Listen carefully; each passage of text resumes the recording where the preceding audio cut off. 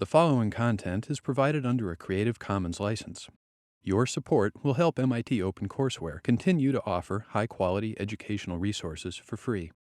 To make a donation or view additional materials from hundreds of MIT courses, visit MIT OpenCourseware at ocw.mit.edu. Today is our final clicker competition. The first question is up. And I would just like to go over the current standing for the clicker competition as we're getting started here. So recitation 6 has 2 wins.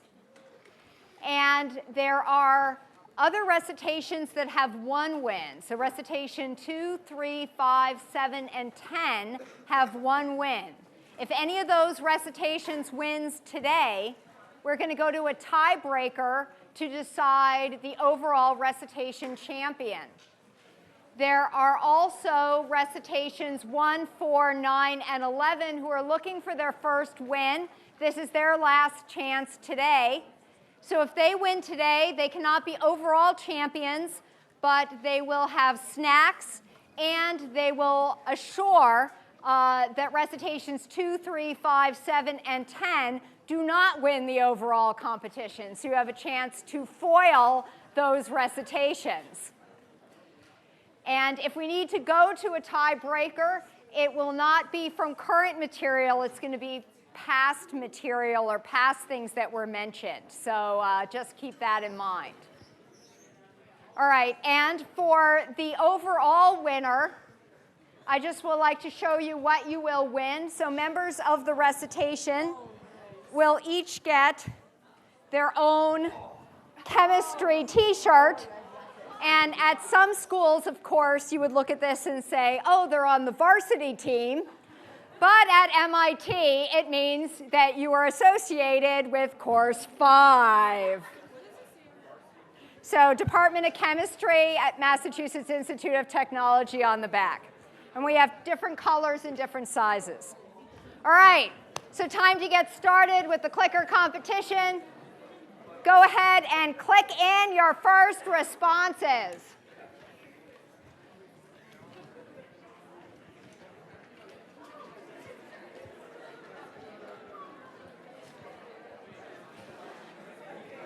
Okay, let's just take 10 more seconds.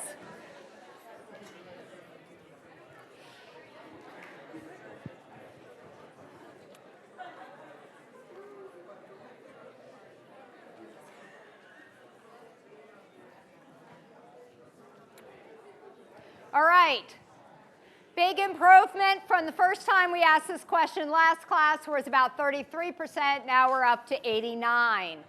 And no, it is not temperature dependent. And we're going to be talking more about activation energy today. All right, so today we're going to finish up kinetics, and we're going to start with the material that we didn't quite get to at the end of last class.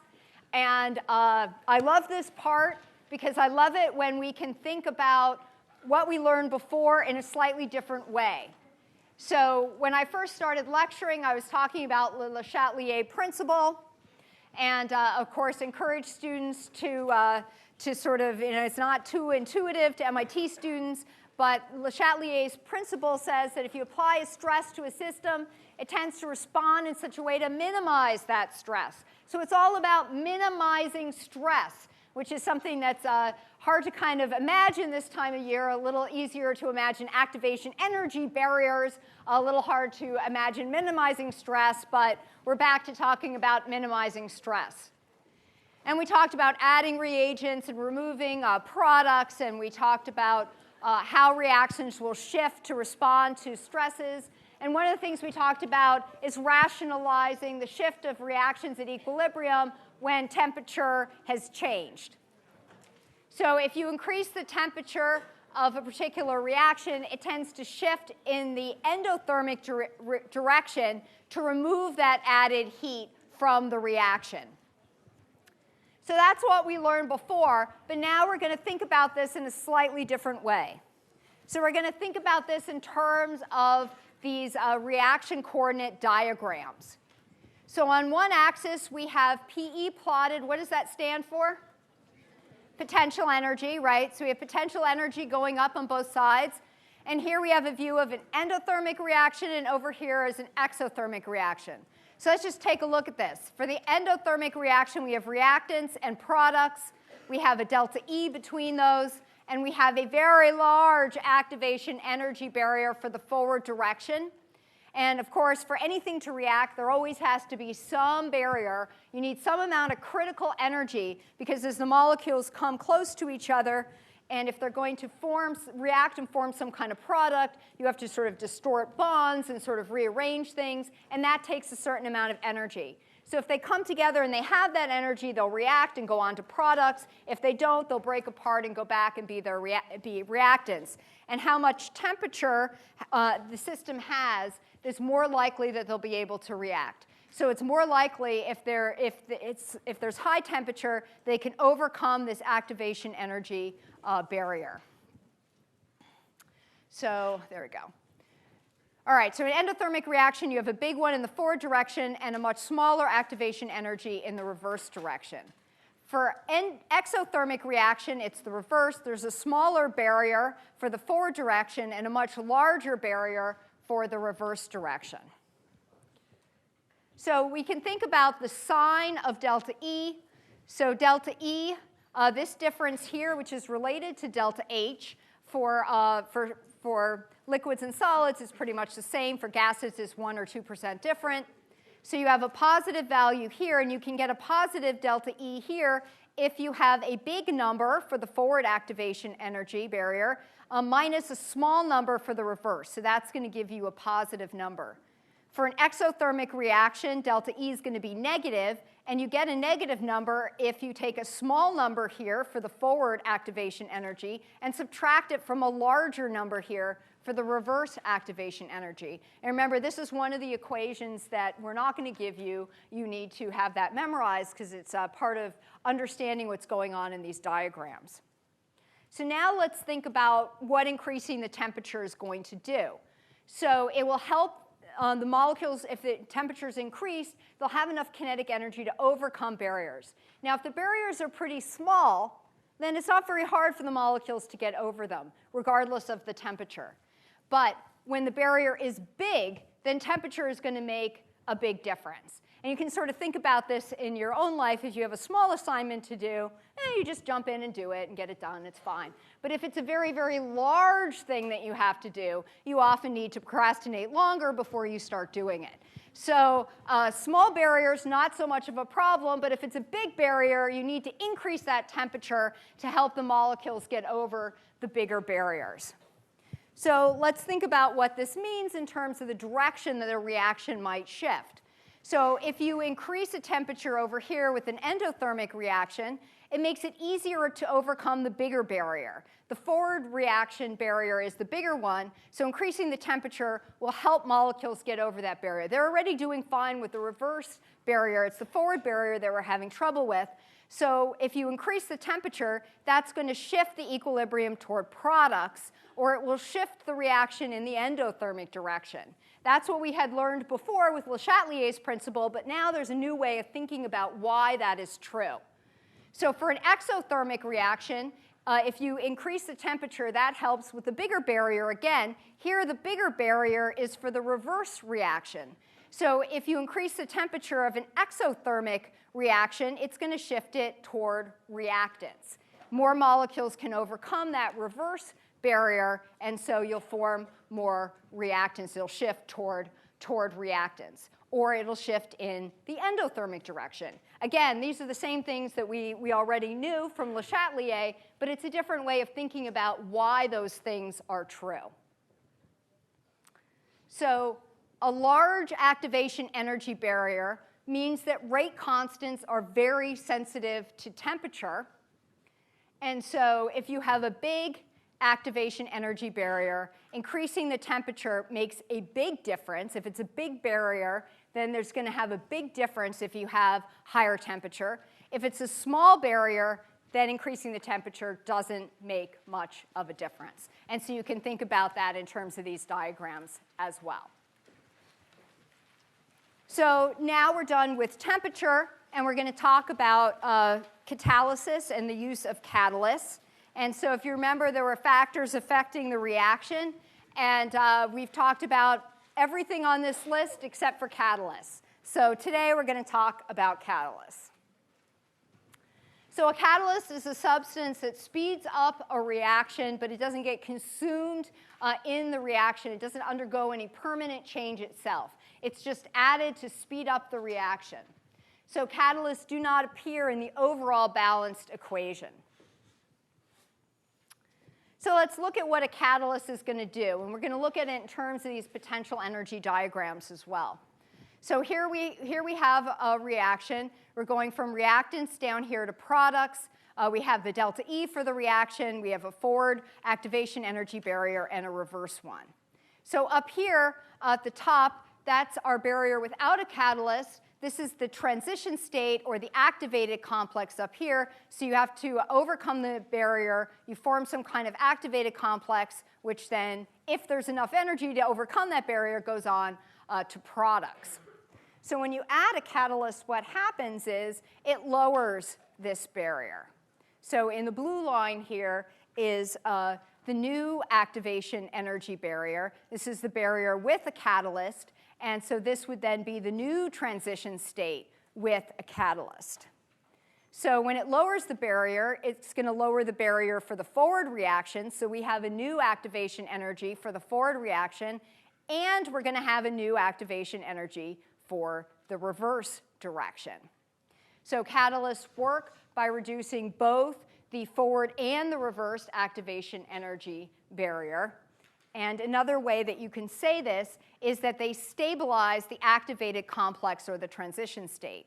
So here you have an activated complex with a much higher potential energy without the catalyst, and by stabilizing, you lower in energy that transition state. So that's another way of expressing what a catalyst does. So catalysts have no effect on the thermodynamics of the reaction. They affect the kinetics of the reaction, but they don't affect the thermodynamics of the reaction.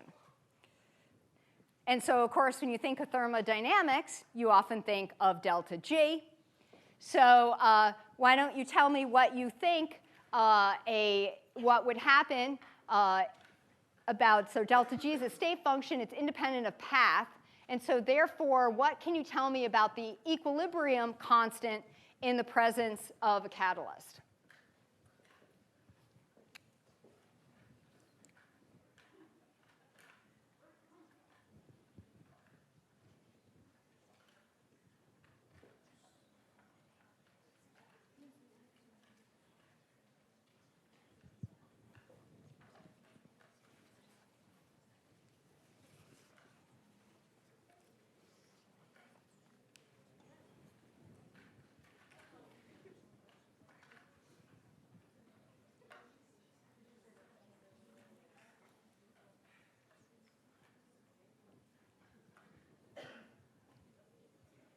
Okay, let's just take 10 more seconds.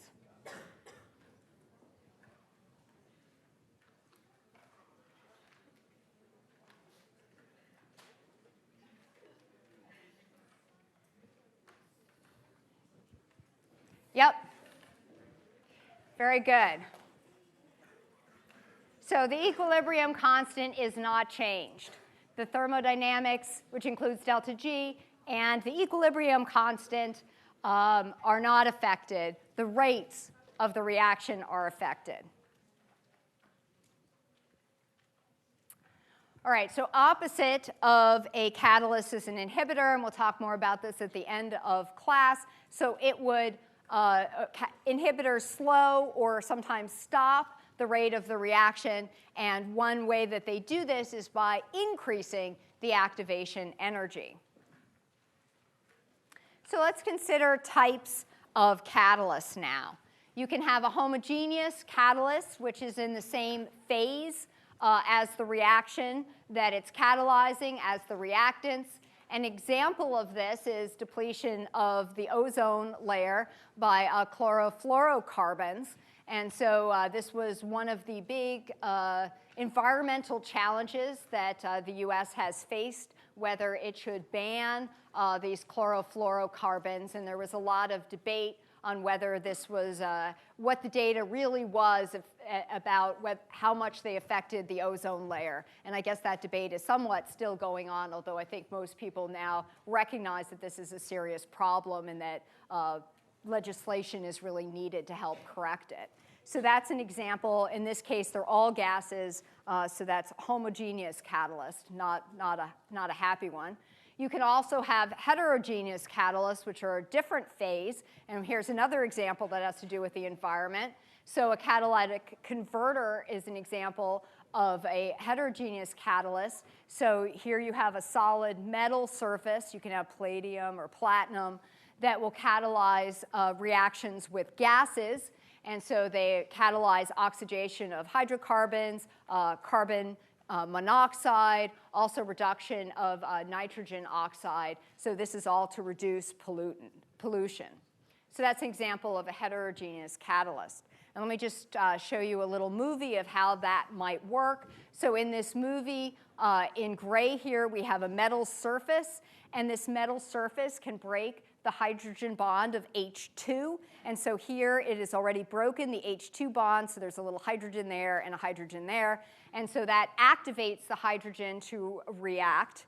And so then we have ethene molecule come in, and there goes a hydrogen, there goes the other one, and you can form ethane. So it speeds up the reaction by breaking the H2 bond, so it's more ready to react. So that would be an example of a heterogeneous catalyst there. All right, and of course, you may all have guessed that my favorite kind of catalysts are enzymes. They are the catalysts of life. And so enzymes are made up of our protein, or mostly protein molecules. You can have an enzyme that's actually made of RNA, but most are protein molecules. And they're typically about 20,000 grams per mole or more. And they're capable of carrying out specific reactions. And so they're made up of amino acids. And just to take a quick look at that, an amino acid has an amino group, it has a carboxyl group, and it has what's called an alpha carbon that has a side chain on it, which is abbreviated R. And there are 20 different types of R. The simplest is just a hydrogen. You could also have a hydroxide, et cetera. And so this makes up the alphabet of proteins. There are 20 different ones of these that get connected via a peptide bond. So at the end of this amino acid, you'd stick on the amino group of another amino acid and form this peptide bond. And then you put together hundreds and hundreds of these to form an enzyme complex. And so the long chain of amino acids folds up and forms a compact structure. So if in this particular picture, there are about 200 amino acids in each of these colored units. So this is a tetramer, so there are 4. There's green, red, yellow, and blue. And so this is what's called a ribbon diagram. So these ribbons, this is an alpha helix. The beta strands are long. It traces out the position of the alpha carbons. And overall, this structure is about 90 angstroms by 70 angstroms by 50 angstroms. Of course, 1 angstrom is 1 times 10 to minus 10 meters. So these are fairly small. These protein molecules are, of course, in your body. And this particular one is an enzyme that makes an antibiotic. And that antibiotic is phosphomycin, shown here. And so phosphomycin is used in combination, antibiotic combination therapies to treat staph infections and other kinds of very difficult infections to treat. And so I always talk about the things that I'm most concerned about. There are a lot of things that are big threats that I don't worry too much about. Antibiotic resistance is something I actually worry a lot about. I guess I go to too many meetings where they talk about problems, but the rate at which different kinds of bacteria are becoming resistant to antibiotics seems to be increasing. So it used to take a lot longer before resistance would appear than it does now. And there really haven't been, I think since about 1980s or so, really new antibiotics. So we're still using the same antibiotics that we have been, which causes more things to become immune or resistant to those antibiotics. And I think this is really dangerous. And there's not enough money in it for the pharmaceutical industry to really go after this. And it's not just a problem for, biological warfare, although that is a possibility, but also in hospitals, you go in for some kind of surgery, you have to worry about the fact that even if the surgery goes great, you might get an infection that could really compromise your health in the hospital. And so, whether you have a heart problem, if you have cancer, you become immune compromised. There's a lot of cases where people end up not dying of cancer directly, they end up dying of the bacterial infection that can't be treated. So this is really a huge problem. So I always like to let you know all the possible problems that you can solve in your future. This is one that I think is particularly important, and I hope some of you will focus on this, because we really need different kinds of antibiotics, or we need to change the way we do medicine in this country so that resistance doesn't become as much of a problem as it has been. All right, so that enzyme made an antibiotic, so we like it. And let's talk about how that works, how that particular series of amino acids folds up to do that reaction. So now we have some new nomenclature, and sometimes when people get into the biochemistry world, they get scared because there are all these words that they don't know what they mean. So most of them are not. They're things that you can relate back to something you already know. So we've been talking about reactants. And when you have a reactant with an enzyme, it's usually called a substrate. So this is just another name for a reactant molecule. And then substrates tend to bind in what we call the active site of the enzyme, which is the part of the enzyme that's going to do the chemistry. So those are two terms that you'll hear about in biochemistry. All right, so we have an enzyme. We'll call it E. It binds a substrate. We'll call that S. And then it forms an enzyme substrate complex, which we'll call an ES complex for enzyme substrate. And then that enzyme substrate complex will go to enzyme and product, which we'll call P. And if you look in the state-of-the-art biochemistry books, these are the abbreviations that you'll see in there as well. So this pains me greatly to show this cartoon because I spend my career determining three-dimensional structures of proteins, and so to describe it as a little squiggly is painful for me, but nonetheless, there you go. Also, the substrate is almost about as big as the enzyme. That is also usually not true, but nonetheless, here's a little cartoon. Here's our substrate binding to our enzyme. It's forming an ES complex. And then the enzyme is going to move the ears of the substrate around to form product, and now product is released. So this is actually pretty simple in terms of writing a mechanism. And so what we can do is write a mechanism the way that we have been writing mechanisms so far in this class. And so we're going to go through this. We're going to derive an expression mostly to show you that all the things you've been learning are related to chemistry. They're also related to biochemistry. So you already know a lot of biochemistry from just studying freshman chemistry in 511.1. All right, so we have two steps in our mechanism. We have enzyme binding substrate to form an intermediate enzyme substrate complex, which then goes on to form enzyme plus product in step 2. So the first step is reversible. The second step is not as drawn. All right, so now we can come up with the rates for each of the individual steps in this overall mechanism. And since they are elementary reactions or steps in an overall mechanism, we can write the rate laws directly from what we observe. So for the forward direction, we're going to have what rate constant? K1 times the concentration of what? And? Yeah. So there we go. We have K1 times the concentration of E and the concentration of S. See, you already knew how to do biochemistry.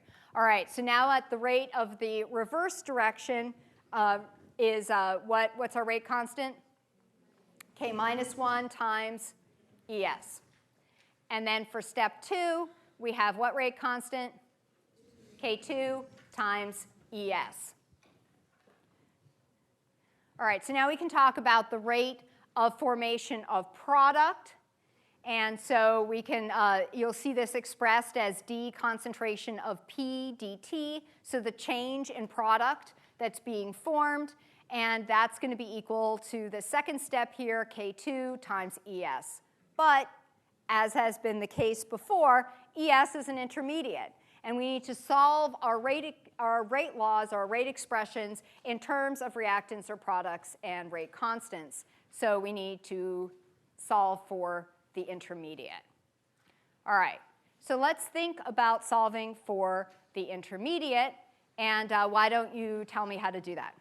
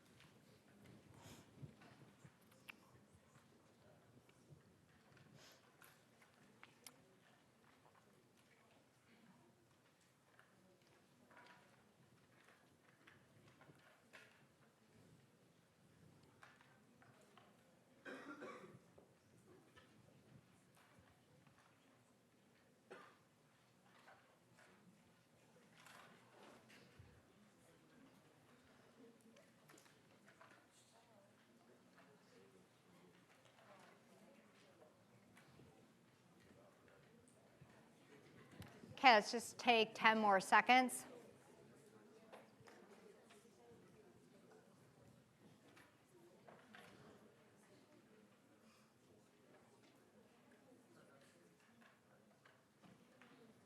Very good. All right, so let's just take a look at why that is the case.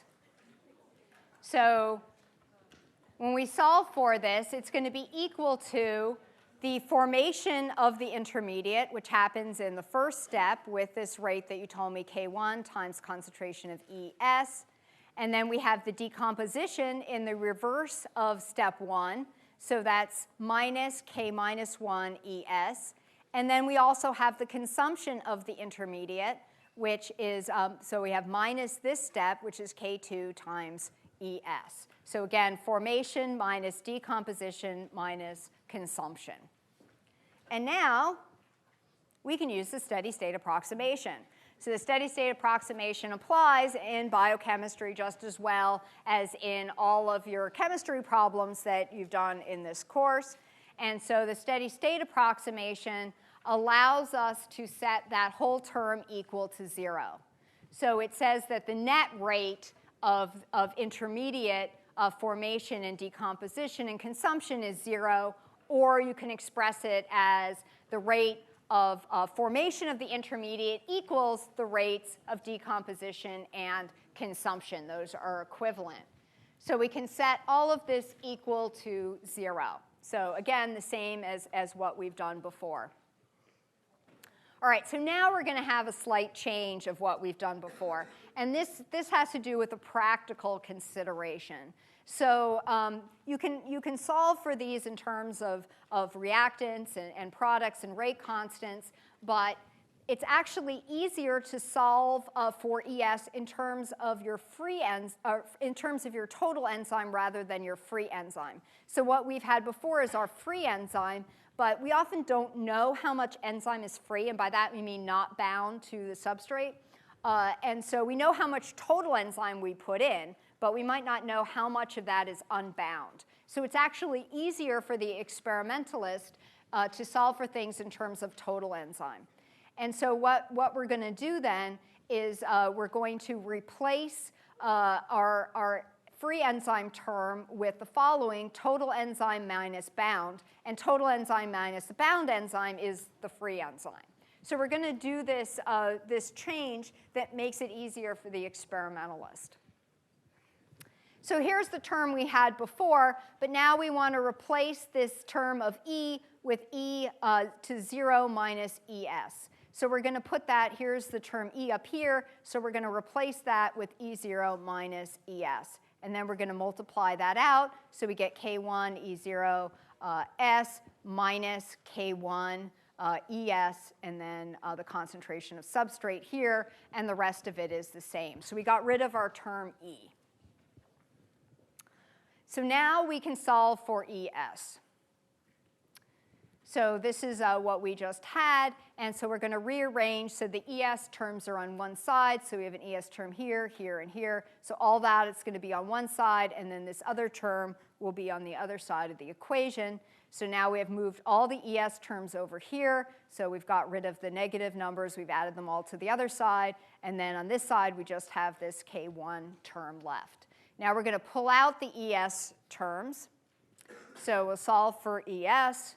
We'll pull that out. That leaves us with K1 times the concentration of S, K minus 1, and then K2. And now we're going to take this and divide by that term in parentheses. And so now we've solved for ES in terms of total enzyme, substrate, and our rate constants. All right, now we're going to do another thing that's a bit different. We're going to introduce a term in biochemistry, which is Km, also known as the Michaelis-Menten constant.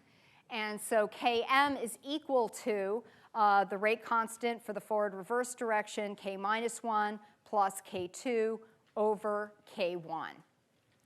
So we're going to now try to use this in our expression. So we're going to put this term in there. And so to have this term of Km in there, we need to have this divided by K1. So we can do that. It's OK as long as we divide everything by K1. So we're going to divide the top by K1, and this by K1, and that by K1. So now we divide all by K1.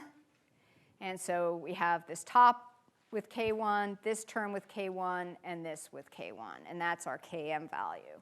But now we can simplify this. We got a lot of K1s here. And so if we simplify this, we can cross out those K1s over there. And we can also get rid of these K1s over here. And that's going to leave us with a much simpler expression. So that's going to leave us with the total enzyme times substrate over substrate plus Km. And that looks a whole lot better than that other term that we had before. OK, so we can now take this and substitute it back into the expression we had earlier. So here we had the rate of product formation, K2, times this intermediate. We've solved for the intermediate using total enzyme and using this Km term. And now we just put all of this times K2. And if you put all of that times K2, you have this expression, which is the Michaelis-Menten equation. So the only difference of what you did before was that you solve for in terms of total enzyme, and also we have this new Km term. And so now we have an equation that's used in a lot of biochemistry research to think about enzyme kinetics. So let's think about enzyme kinetics for a minute. This is what a plot often looks like. We are looking at the product formed by an enzyme versus the concentration of substrate. And it often goes up. It's pretty steep, and then it starts to level off. So let's think about what's happening here. So if you have low substrate, so that's way down here, not much substrate is available, adding more substrate will increase this rate significantly. You'll form a lot more product. It increases the rate of product formation because a lot of the enzyme is free and can react with substrate. So it goes up, but then the rate starts to level off. So when you get to higher substrate concentrations, adding more substrate does not affect the rate much. The rate is leveling off, and we say that the enzyme is saturated. All the enzyme that you have in there already has substrate going on. It's already doing the chemistry. So if you're throwing more at it, the enzyme can't bind that substrate. It's busy with a different substrate molecule. So all the active sites in the enzyme are full, and so not much happens. So this is this kind of graph is what you often see in enzyme kinetics.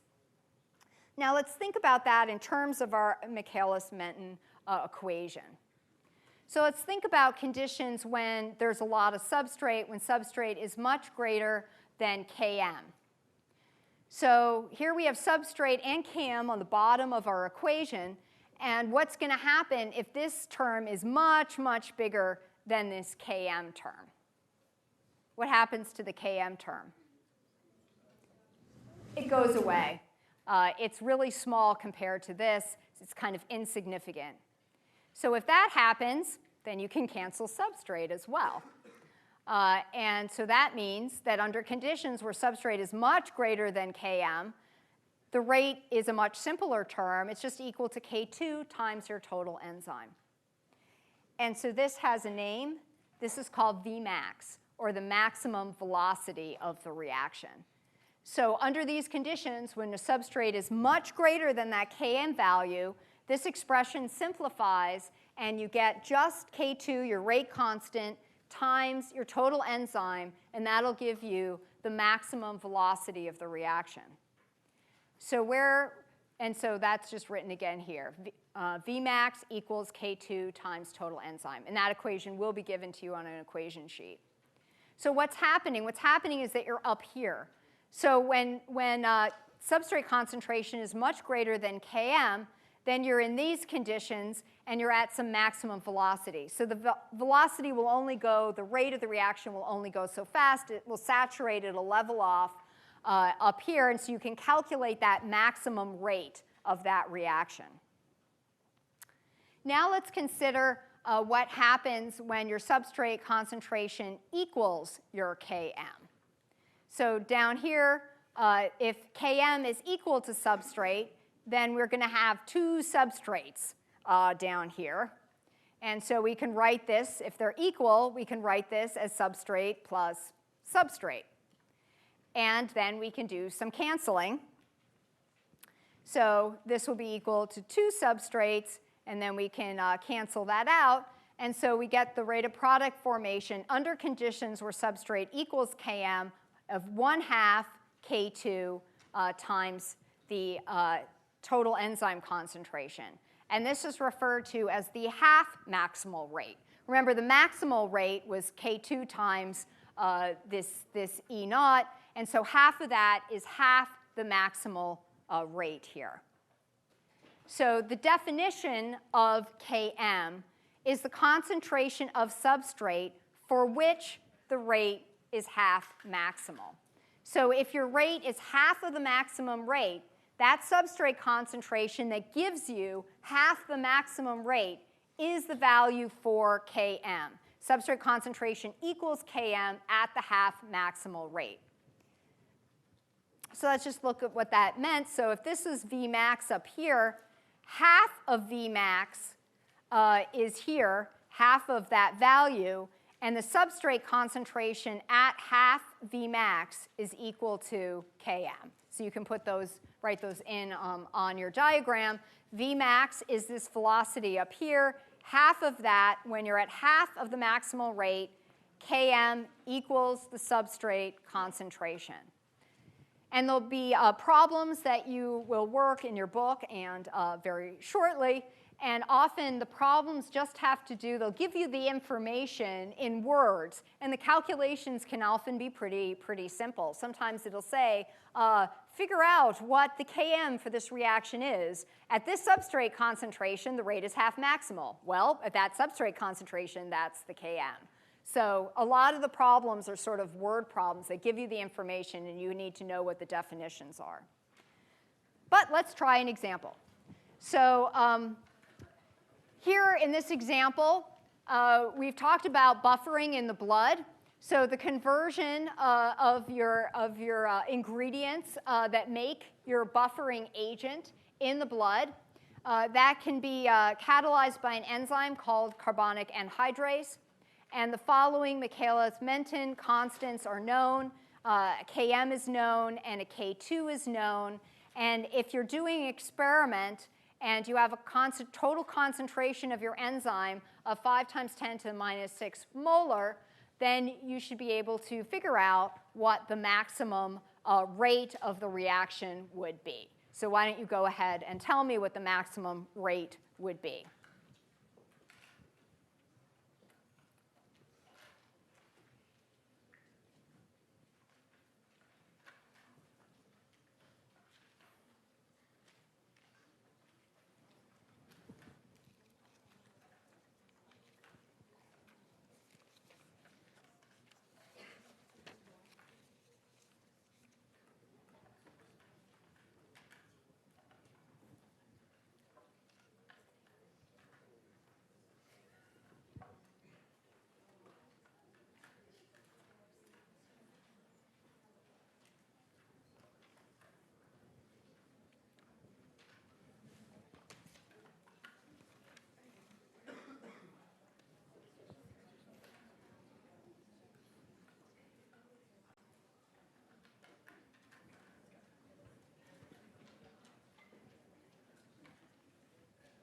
Okay, let's just take 10 more seconds.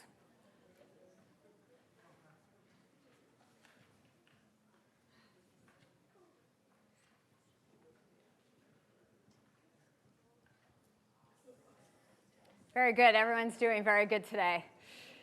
Right, so all you have to do, you have to remember Vmax equals your total enzyme concentration times your K2. And pretty much hardly anyone was fooled by the Km value there. All right, very good. So there are extra problems on enzyme kinetics posted in the extra problems on the web. So there's a few there, so you can see the type of problems. Again, they're like that. They're pretty simple. If you remember the definition of Km, and you'll be given the equation for Vmax, you should be able to handle the enzyme kinetics problems pretty well. Often, also, I'll ask questions like, explain why at high substrate concentrations the rate does not increase very much, or why the graph levels off. Or I might ask you to draw the plot and tell me about low substrate concentrations, what's true there, and at high substrate concentrations, what's true. So those are the types of questions you're going to get on enzyme kinetics. They're actually pretty simple. All right, so let's just talk briefly about enzyme inhibition. So the opposite of catalysis, instead of binding a substrate, you'll bind an inhibitor. So often these are actually pretty simple. An inhibitor sometimes will look a lot like a substrate or like a transition complex, and it'll bind to the enzyme. And when you have that inhibitor stuck in the active site, substrate physically can't bind. So it occupies the place that substrate goes. Substrate will come in, but it can't bind anywhere. So this is actually the mechanism by which a number of pharmaceuticals work. So one thing that people who are designing enzyme inhibitors think about is the fact that enzymes do tend to stabilize a transition state in the reaction. So if you make an inhibitor that resembles a transition state, it should bind to the enzyme more tightly than either the reactants, the substrates, or the products. So a lot of the pharmaceutical industry likes to try to figure out what the transition state might look like, and then try to make a molecule that looks like that transition state that hopefully will bind to the enzyme active site and prevent the enzyme from doing what it's supposed to do. So just to kind of look back at this figure for a minute that you had earlier in your notes, so you have the transition state is often stabilized by a catalyst, and so an enzyme will also stabilize a transition state. So if you make your drug look like a transition state, it will hopefully bind very tightly. And so this is one of the sort of principles that's behind a lot of the pharmaceuticals that have made to treat HIV infections. So I mentioned last week we had World AIDS Day that understanding kinetics was actually very important in HIV research. And so many of the pharmaceuticals that are given to HIV patients are what are called protease inhibitors. So they inhibit enzymes that are called proteases. And if you have ACE at the end of a name, that means it's an enzyme. And so protease means that it's an enzyme that cleaves proteins. It's a proteinase. And so how do these enzymes work? Well, they cleave other proteins. They cleave peptide bonds. And so you often have some kind of either activated water or other hydroxide molecule that will attack here the carbonyl of a peptide bond. And it forms a tetrahedral intermediate, which then collapses and it cleaves that peptide bond. So the peptide bond is then broken. So that's what a protease does. And a protease inhibitor prevents that cleavage. So often protease inhibitors look like tetrahedral intermediates, and so they'll bind to the protease active site and prevent the chemistry from occurring. So if it's a tetrahedral intermediate, what kind of angles should some pharmaceutical company be looking for in its compounds? 109.5, yes. So So molecules with this stable tetrahedral intermediate somewhere on the molecule could bind to the active site and prevent catalysis. So let me just show you one example of an improved HIV drug, and there it is. This is the tetrahedral intermediate, or the tetrahedral site that binds at the active site of that enzyme, and the enzyme can't cleave this tetrahedral intermediate, and so this just binds, but the enzyme can't work on it, so it just sits there and prevents substrate from binding. So that's how a lot of these compounds work. And so this is just a little picture of the enzyme active site, and there's an inhibitor bound to the enzyme active site. And so a number of companies are working on trying to come up with better and better inhibitors that will sit in the HIV protease active site. So, so knowledge of a reaction mechanism can lead to new therapeutic treatments. And so one question with this, with protease, there are a lot of proteases, not just the ones involved with HIV. And so one real problem is specificity and toxicity. So you want to have a drug that inhibits one enzyme and not all the enzymes in that category. So that's a big problem in the pharmaceutical industry. So apparently, clicker results, we actually need to break a tie. So, but we can't do it now. Okay, so Justin's section, woohoo! And so apparently we have the questions ready, but apparently they're not ready to be used right at the moment. So we're going to use low tech here and indicate the results for today. And then on Wednesday, last day of class, oh my goodness, so close. Recitation 6. You were second.